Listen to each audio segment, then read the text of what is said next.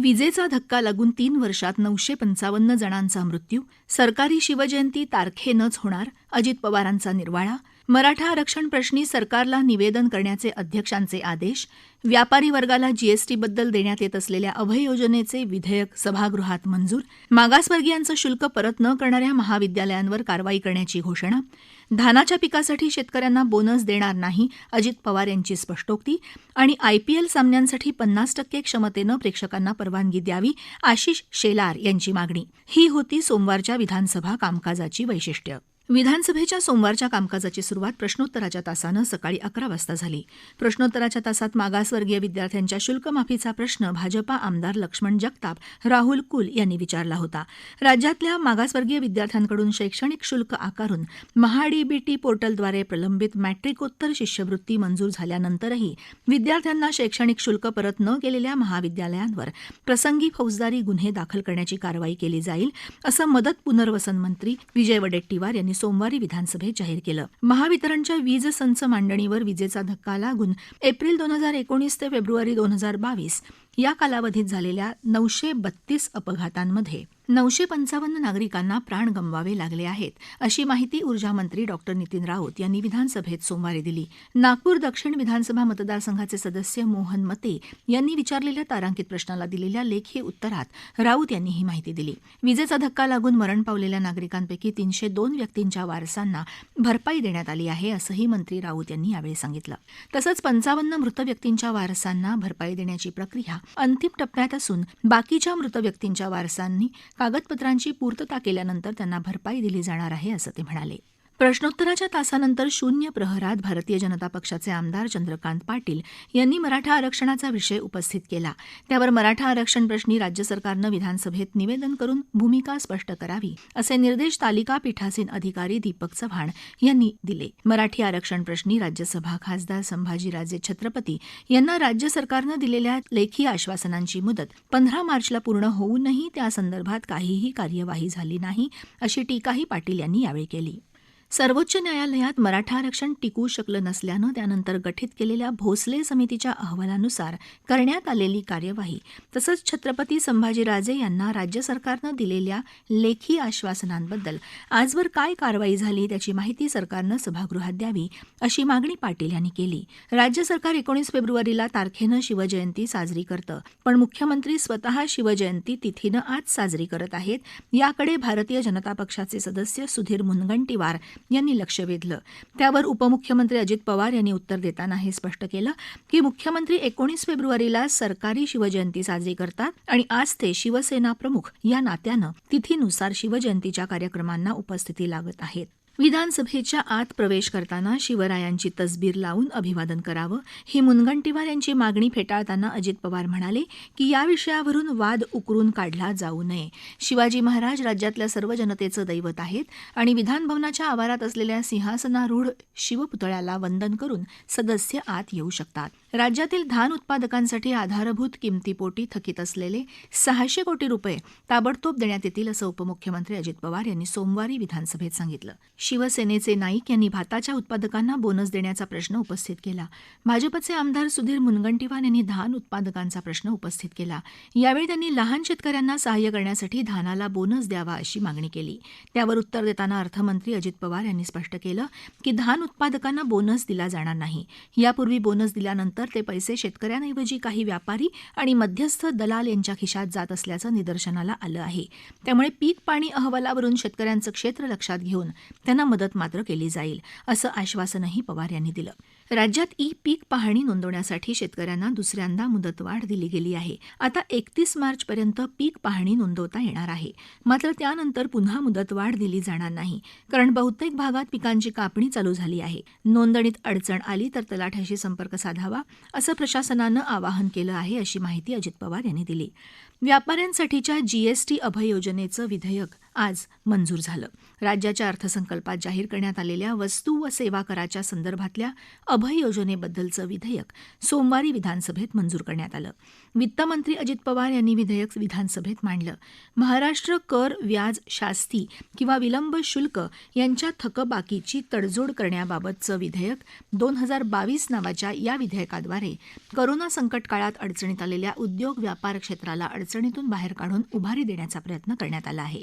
कर कायद्याअंतर्गत एका वर्षात वैधानिक आदेशान्वये 10,000 रुपयांची थकबाकी असली तर सदर थकबाकीची रक्कम संपूर्णपणे माफ करण्यात येणार असल्याचं पवार यांनी सभागृहात सांगितलं. या अभय योजनेसंदर्भात माहिती देताना उपमुख्यमंत्री अजित पवार यांनी सांगितलं की वस्तू व सेवा कर अस्तित्वात येण्यापूर्वी विक्री कर विभागातर्फे राबवण्यात येणाऱ्या विविध करांसंदर्भातली ही योजना असून या योजनेअंतर्गत आवश्यक रकमेचा भरणा करण्यासाठी 1 एप्रिल 2022 ते 30 सप्टेंबर 2022 पर्यंतचा कालावधी देण्यात आला आहे. कर कायद्याअंतर्गत एका वर्षात वैधानिक आदेशान्वये 10,000 रुपयांची थकबाकी असल्यास सदर थकबाकीची रक्कम संपूर्णपणे माफ केली जाणार आहे. या घोषणेचा लाभ छोट्या व्यापाऱ्यांना सुमारे 1 लाख प्रकरणांमध्ये होणार आहे. तसंच वैधानिक आदेशान्वये थकबाकीची रक्कम दिनांक 1 एप्रिल 2022 रोजी 10 लाख किंवा त्यापेक्षा कमी आहे अशा व्यापाऱ्यांना अविवादित, विवादित कर, शास्ती यांचा वेगवेगळा हिशेब न करता सरसकट एकूण थकबाकीच्या 20% रक्कम भरण्याचा पर्याय उपलब्ध करण्यात आला आहे. अशी ठोक 20% रक्कम भरल्यास उर्वरित 80% रक्कम माफ करण्यात येणार आहे. राज्यातल्या लहान व्यापाऱ्यांना जवळपास 2,20,000 प्रकरणांमध्ये याचा लाभ होणार आहे. या अभय योजनेच्या सवलतीचा लाभ घेण्यासाठी आवश्यक रकमेचा एक रकमी भरणा विहित कालावधीत करावा लागेल. तथापि ज्या व्यापाऱ्यांची एक आर्थिक वर्षाची थकबाकी 50 लाख रुपयांपेक्षा अधिक आहे अशा व्यापाऱ्यांना अभय योजनेअंतर्गत भरायच्या आवश्यक रकमेसाठी हप्ते सवलतीचा पर्याय उपलब्ध करून देण्यात आला आहे. एकूण हप्ते सवलत 4 भागात विभागली असून पहिला हप्ता 25% हा 30 सप्टेंबर 2022 पर्यंत भरणं आवश्यक आहे. उरलेले 3 हप्ते पुढच्या 9 महिन्यात भरावे लागणार आहेत. आवश्यक रकमेपेक्षा कमी भरणा केल्यास त्या व्यापाऱ्याला प्रमाणशीर लाभ देण्यात येईल. अर्थसंकल्पातल्या अनुदानाच्या मागण्यांवर विभागनिहाय चर्चा घेण्यात आली. त्यामध्ये सर्वपक्षीय सदस्यांनी कृषी, पशुसंवर्धन, दुग्ध व्यवसाय विकास आणि मत्स्य व्यवसाय विभाग, शालेय शिक्षण व क्रीडा विभाग, वित्त विभाग, सार्वजनिक बांधकाम विभाग, सहकार, पणन व वस्त्रोद्योग विभाग, पर्यटन व सांस्कृतिक कार्य विभाग या विभागांवर चर्चा करण्यात आली. भाजपा सदस्य आशिष शेलार यांनी क्रीडा विभागाबद्दल बोलताना आगामी IPL क्रिकेट सामन्यांसाठी मुंबईमध्ये 25 ऐवजी 50% प्रेक्षक क्षमतेनं सामने व्हावेत यासाठी क्रीडा मंत्र्यांनी पुढाकार घ्यावा अशी मागणी केली. आज सकाळी विधान परिषद सभागृहाच्या विशेष बैठकीत 8 लक्षवेधी सूचना झाल्या. बीड शहरातल्या पाणी पुरवठ्यासंदर्भात लक्षवेधी सूचना होती. यावरून सभागृहात दोन्ही बाजूच्या सदस्यांनी बीड नगरपालिकेच्या मुख्याधिकाऱ्यांना आणि स्थापत्य विभागातल्या 3 अधिकाऱ्यांना निलंबित करावं अशी जोरदार मागणी केली.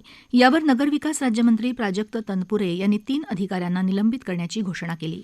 मात्र बीड नगरपालिकेचे मुख्याधिकारी यांची विभागीय चौकशी करण्यात येईल. त्यात ते दोषी आढळल्यास त्यांनाही निलंबित करण्यात येईल असं आश्वासन राज्यमंत्री दिलं. बीडच्या पाणी पुरवठ्यासंदर्भात ही लक्षवेधी सूचना होती. या सूचनेला उत्तर देण्यासाठी नगरपालिकेचे अधिकारी उपस्थित नव्हते. बीड नगरपालिकेत मंत्रालयातून फोन गेला असता तो फोन कोणीही उचलला नाही. स्थानिक अधिकारी माहिती देण्यासाठी मंत्रालयात उपस्थित राहिले नाहीत. त्यामुळे त्या 3 अधिकाऱ्यांना निलंबित करण्याची घोषणा राज्यमंत्र्यांनी केली. या संदर्भात लक्षवेधी सूचना विनायक मेटे यांनी मांडली होती. विरोधी पक्षनेते प्रवीण दरेकर, महादेव जानकर, शशिकांत शिंदे, सतीश चव्हाण आदींनी मुख्याधिकाऱ्यांना निलंबित करण्याची मागणी लावून धरली होती. राज्यात 2018 ते 2020 या कालावधीत राज्य सरकारकडून हाती घेण्यात आलेल्या 33 कोटी आणि 13 कोटी वृक्ष लागवड योजनेत भ्रष्टाचार झाल्याच्या तक्रारी प्राप्त झाल्या आहेत. याची चौकशी वन राज्यमंत्र्यांच्या अध्यक्षतेखालील विधिमंडळाच्या उभय सभागृहातल्या आमदारांची संयुक्त समिती करेल. ही समिती अहवाल सादर करेल अशी माहिती वन राज्यमंत्री दत्तात्रय भरणे यांनी दिली. अपक्ष सदस्य किशोर दराडे यांनी ही लक्षवेधी सूचना मांडली होती. या योजनेअंतर्गत पंढरपूर तालुक्यातल्या 16 गावांमध्ये वृक्ष लागवड करत असताना संबंधित वनक्षेत्रपाल आणि कायम वनमजूर या दोघांकडून मोठ्या प्रमाणात भ्रष्टाचार झाल्याचं निदर्शनात आणून दिलं. त्याला उत्तर देताना राज्यमंत्री दत्तात्रय भरणे यांनी पंढरपूर तालुक्यातल्या तत्कालीन वनक्षेत्रपालाला तात्काळ निलंबित करण्यात येईल असं जाहीर केलं. मच्छीमारांसाठी 2017 ते 2022 पर्यंत डिझेल परताव्यापोटी अनुदान देणं बाकी आहे.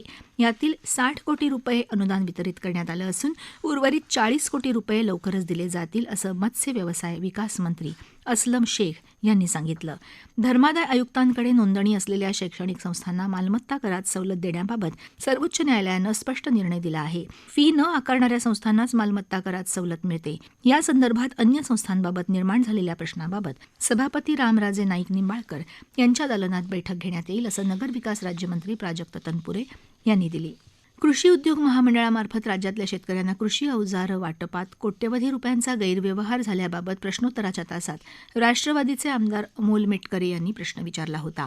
1,20,00,000 रुपयांचा गैरव्यवहार झाल्याचं निदर्शनास आलं आहे. यात ऑडिट झाल्यानंतर संबंधितांवर पुढील कारवाई केली जाईल, असं कृषी मंत्री दादाजी भुसे यांनी सांगितलं. महाराष्ट्र कर्नाटक सीमा भागातल्या काही मराठी जनतेवर मोठा अन्याय होत आहे.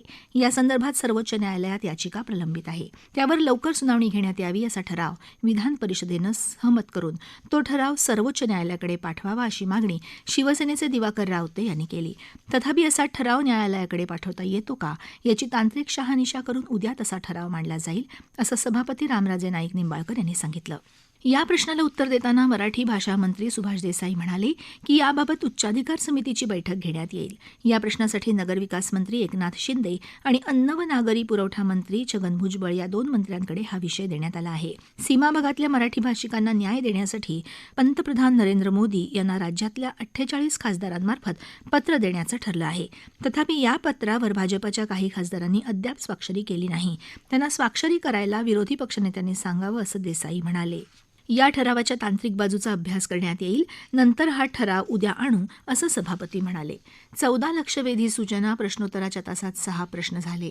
93ची 4 निवेदनं झाली. विशेष उल्लेख झाले. नियम 260 अन्वये ग्रामीण भागातले रस्ते, ग्रामीण घरकुलाला गती देणं, बनावट जात प्रमाणपत्र सादर करून नोकऱ्या बळकावल्या, गायींसाठी शेतकऱ्यांना अनुदान देणं, खेळाडूंना प्रशिक्षण देणं, याबाबत राष्ट्रवादी काँग्रेसचे सदस्य शशिकांत शिंदे आणि अन्य सत्ताधारी सदस्यांनी प्रस्ताव मांडला आहे.